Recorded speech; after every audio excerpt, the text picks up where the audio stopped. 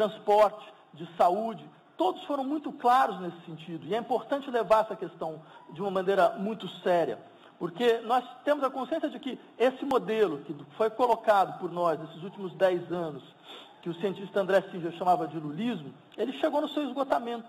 Quer dizer, ele pode ter produzido um primeiro momento de ascensão social importante, certo? Mas ele não é mais capaz de dar resposta aos anseios da população brasileira. Certo? E quando a população brasileira diz, veja, nós queremos um transporte público de qualidade, nós queremos uma educação pública de qualidade, nós queremos uma saúde de qualidade, nós temos consciência muito clara de que para fazer isso é necessário um tipo de mobilização política que nós não temos mais condição de esperar no interior desse tipo, do tipo de acordo político partidário que foi montado no Brasil. Certo? Nós vamos precisar de um Estado que seja capaz de ter um tipo de financiamento que só mesmo um certo embate político vai ser capaz de nos fornecer. Ora, e um último ponto que eu acho importante é que nós temos agora um tipo de demanda política que passa pela capacidade de ler o que aparece nas ruas. Certo? Muitas pessoas falaram, bem, mas não há pautas, esses movimentos não têm pauta, não há pauta nenhuma. Isso é uma coisa completamente incorreta. Na verdade, há uma série de pautas muito evidentes. E essas pautas, elas não são necessariamente pautas de um lado ou de outro. Por exemplo, tem vários amigos esquerdistas que temeram quando o problema da corrupção apareceu, dizendo, essa é uma pauta conservadora. Né? Eu acho muito estranho, porque de onde veio essa ideia de que a luta contra a corrupção é uma pauta conservadora? Eu não sei quem foi que desenvolveu esse tipo de ideia. Sabe, é claro que algumas pessoas elas têm a percepção de que há certos setores da vida nacional que procuram preservar os seus amigos corruptos, seus amigos corruptores, focando o questionamento sobre a corrupção em cima dos seus inimigos ou dos seus antigos amigos. Certo? Mas agora, se combate esse tipo de parcialidade, não é desqualificando o problema da luta contra a corrupção. É dizendo, não, nós queremos uma luta ampla, geral e restrita contra a corrupção. Certo? Eu diria, finalizando, acho que muito claramente, não há nenhuma razão de não colocar uma espécie de política da virtude baseada no respeito absoluto ao bem comum. Quer dizer, o que parece que as pessoas querem é que, sei lá, o último mensaleiro petista seja enforcado nas tripas do último mensaleiro tucano. Certo? E que, de preferência, e ainda digo mais, de preferência no mesmo cadafalso, que a gente faz questão de colocar todos os empreiteiros, todos os banqueiros que corromperam o Estado brasileiro. Certo? Quer dizer, é a pauta, não há nada de conservadora nela. Ela deve ser respeitada na sua força transformadora. O professor Absab escreveu um artigo também sobre a crise na Folha de São Paulo, que ele falava da força do movimento. E falava, como exemplo dessa força, dos elementos eróticos, dos elementos ligados ao corpo que apareceram nas manifestações. Qual que é a dimensão desses aspectos eróticos nas manifestações, professor? Bem, no meio dessas provocações tão intensas e tão verdadeiras, né, eu acho que tem algumas brechas que podem ser iluminadas, né, desse processo. Em primeiro lugar, eu acho que a crise do modelo lulista não é apenas uma crise do modelo de inserção social parcial e controlado essencialmente pela liderança e pelo seu poder carismático e pelo seu poder transferencial. Ela é também uma crise da administração da imagem lulista, porque o governo Lula não produziu apenas uma prática econômica, ele produziu um consenso simbólico fundado sobre o corpo do homem Lula, que já é uma dimensão erótica, mas muito primitiva. Muito primitiva. É um elemento primitivo, produzindo política, difícil de ser pensado, né, que evoca a teoria psicanalítica, que é um patinho feio das teorias, do campo das teorias sociais, né, a percepção de que o controle político passa por uma gestão simbólica imagética que passa pelo corpo, e isto eu acho que explodiu com todas as contradições e a ação política do presente no Brasil, não é benquista do pensamento político, porque aponta para esses elementos pré-políticos que operam na política, não é? No entanto, eles existem e eles estão articulados ao problema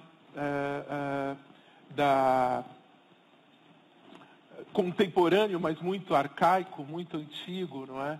Da gestão do poder pela imagem, não é?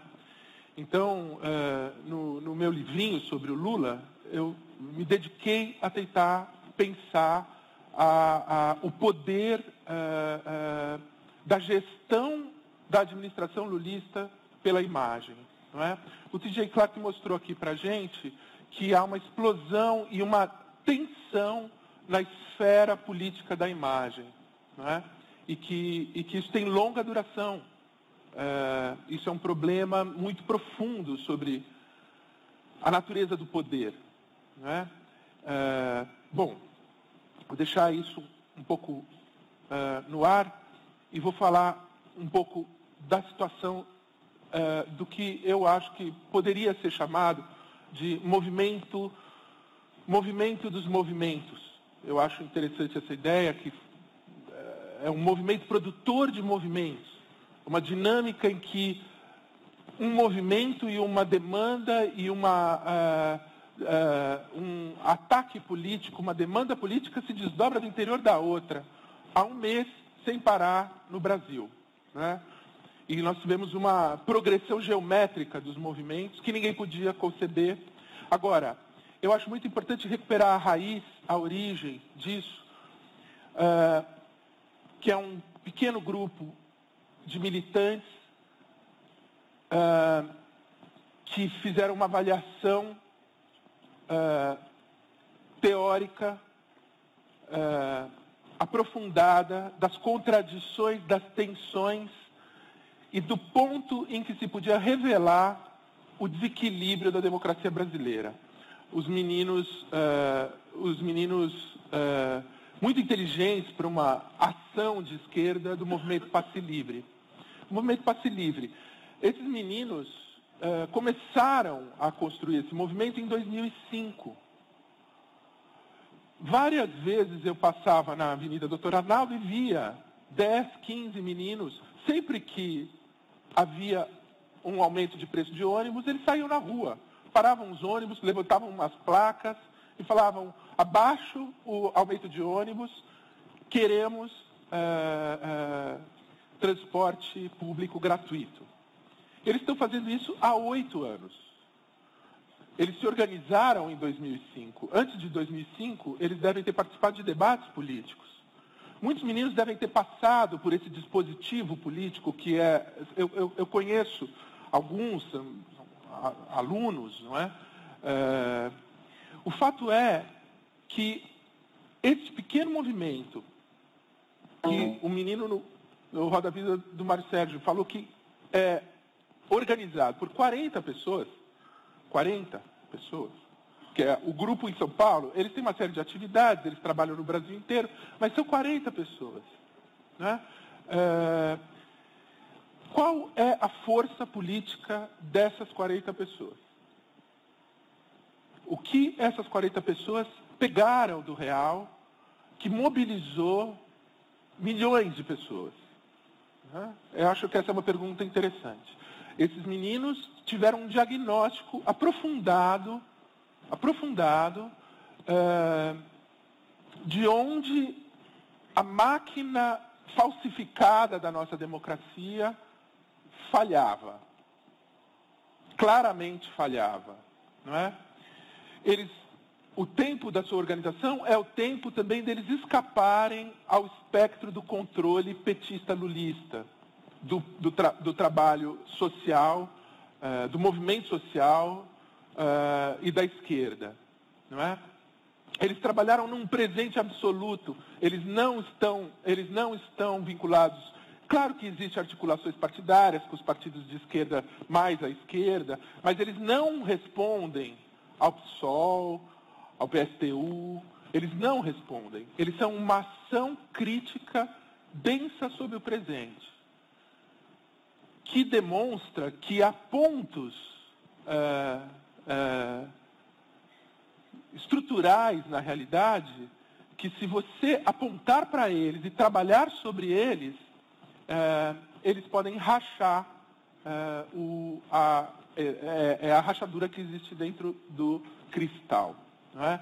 Esse trabalho é um trabalho político de caráter tradicional. Tradicional no seguinte aspecto: é uma leitura das contradições da sociedade de classe e do ponto em que a esquerda deve apostar para ganhar a força da classe trabalhadora para um movimento social. Esses meninos sabiam que mais cedo ou mais tarde, por demandar transporte público gratuito, eles teriam a totalidade da vida social do lado deles, porque eles, de fato, estavam do lado da totalidade. Isso é uma análise marxista. Fora dos padrões de democracia formal e institucional. Completamente fora. Uma liberdade de retomada do movimento social. Né? Eu também queria lembrar que a escalada do movimento se deu em dois estágios, em dois atos. Né? Um primeiro, em que se convocou a consciência social a respeito da possibilidade do transporte público ser de fato público, e se abriu isso como um debate, uma pauta para o futuro, que agora não pode mais recuar. E a segunda, muito interessante, que foi a vitória precoce desses meninos sobre a polícia parafascista de São Paulo, não é?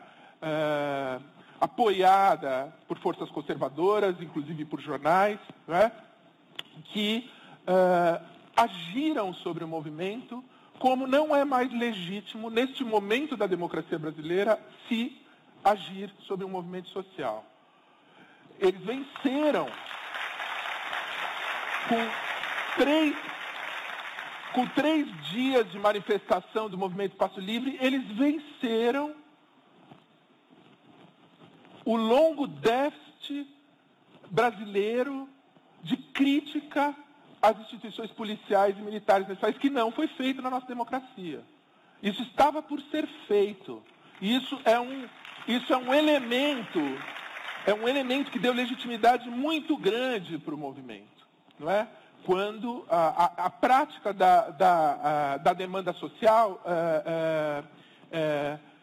confronta os restos insepultos da ditadura militar brasileira. Porque a polícia militar de São Paulo continuava funcionando como uma polícia de exceção e de ilegalidade. Este movimento, de saída, ganhou isso. Não é pouca coisa. E precisa ser solidificado. A polícia brasileira tem que começar a agir dentro da lei. O que ela não faz desde 1964. Ela não faz. Então, veja que interessante. Como a demanda por transporte público universal, que é uma demanda cidadã, que é uma demanda por uso da cidade, que discute todo o modelo um modelo de desenvolvimento e de desenho da cidade. Esses meninos que eu estou falando, eles têm 20 anos, 22 anos, 23 anos. Isso que eu estou falando é uma ótima notícia para o pensamento de esquerda e para as possibilidades do Brasil. Como essa crítica aprofundada desagou numa outra crítica muito complexa e que simplesmente aconteceu. Foi um acontecimento social.